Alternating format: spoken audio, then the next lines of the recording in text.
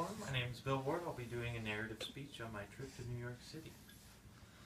My favorite college course is when I was credited for traveling to New York City, Chinatown more specifically, in the spring of 2012. The mission was to see all of New York's best museums and artwork in 7 days. It was my teacher, a gaggle of 40 or so art majors, and I, an interesting group to say the least. My teacher, a wiry woman from the social activism days of the 1960s, and the rest of us were just a bunch of mismatched oddballs and hipsters. At first we didn't know what to make of each other, but after a week in New York City, it was like we had been friends forever. New York was just a place I had seen in movies and pictures, but it's definitely a place one has to experience to understand. I remember our first taxi ride from the airport to the hotel. The Nebraskans stared in awe as the mess of Manhattan whizzed by the window. The place we stayed at was a very Manhattan-esque hotel that was given the oh-so-clever name, So Hotel. After we stashed away our goods and made sleeping arrangements, we were ready to hit the streets. And let me tell you, it is quite a sight to see 40 art majors gallivanting the streets and subways of New York, especially the subways. Our first stop was a museum called the New Museum, located right in Chinatown, so it was within walking distance. The museum was filled with all sorts of contemporary work, some of it which I liked, and some of it which was a little too far out there.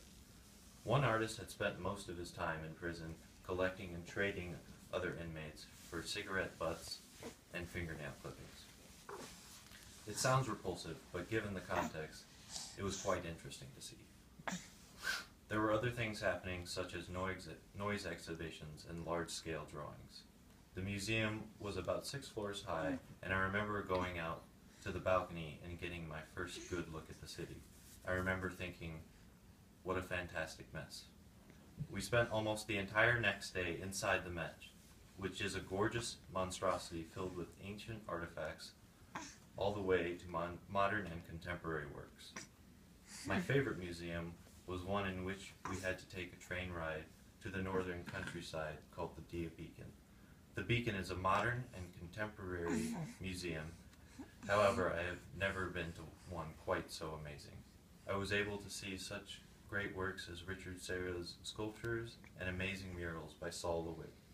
Not to mention the northern countryside was gorgeous, and the weather that day was unbeatable. The final day we spent entirely in Chelsea, which is a Manhattan neighborhood. It is a sort of up-and-coming art scene in New York City. The neighborhood is filled with small art studios that you are welcome to come in and walk around. I remember it being the least crowded place in the city. The weather was great, everyone was friends at this point, and we were almost going home. Chelsea was my favorite day. New York is now one of those places I dream to go back to. Until then, it will remain that mythical place in my mind like it was before. I think next time I will have to travel with a smaller crowd.